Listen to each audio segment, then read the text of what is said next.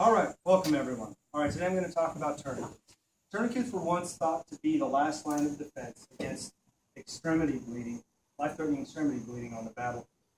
Today we've transitioned more into a full slap the tourniquet on first and get them out of there type care, so that we're going to be talking about that today with the history of tourniquets, how tourniquets have changed, the use of tourniquets have changed between the Vietnam War and the Global War on Terrorism, and how they've helped save lives, and also how tourniquets have changed over the years, going from improvised tourniquets to the standard tourniquets that we use today.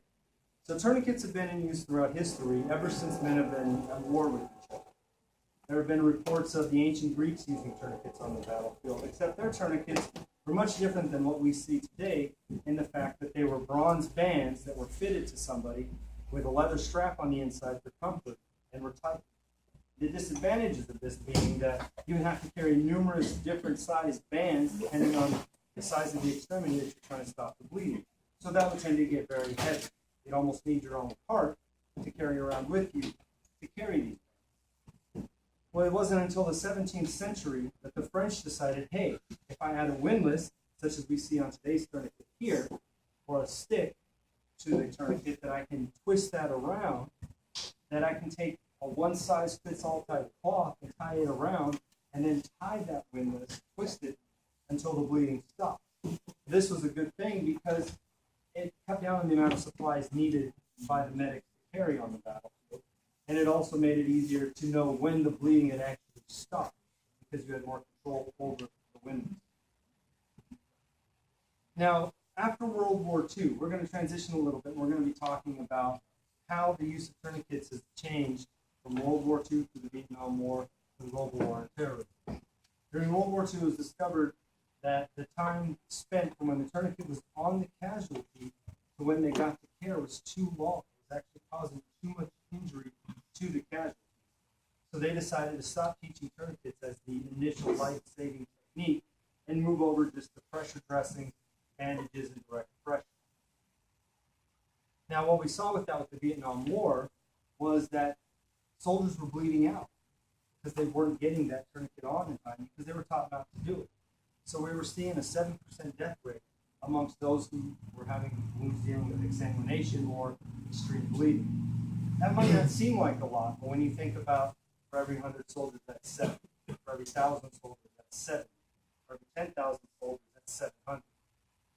It starts getting exponentially higher. When you talk about the hundreds of thousands of soldiers who died in the Vietnam War, it's a lot of people that died.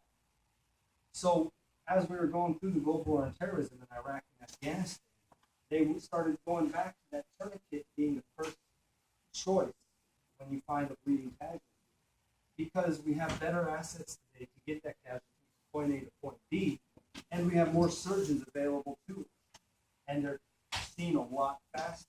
So what we saw was the death rate drop between Vietnam from 7% down to 2%. And that might not seem like that big of a decrease, only 5% decrease.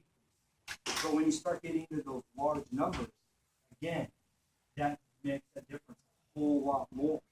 And when you look at the fact that this is the longest war that we've fought in the history of our nation, and the casualties just kept piling up, this has really become a huge difference in the way that we treat casualties and how many people actually made it home to their families. All right, so the next thing I want to talk about is the advantages of today's standard tourniquet.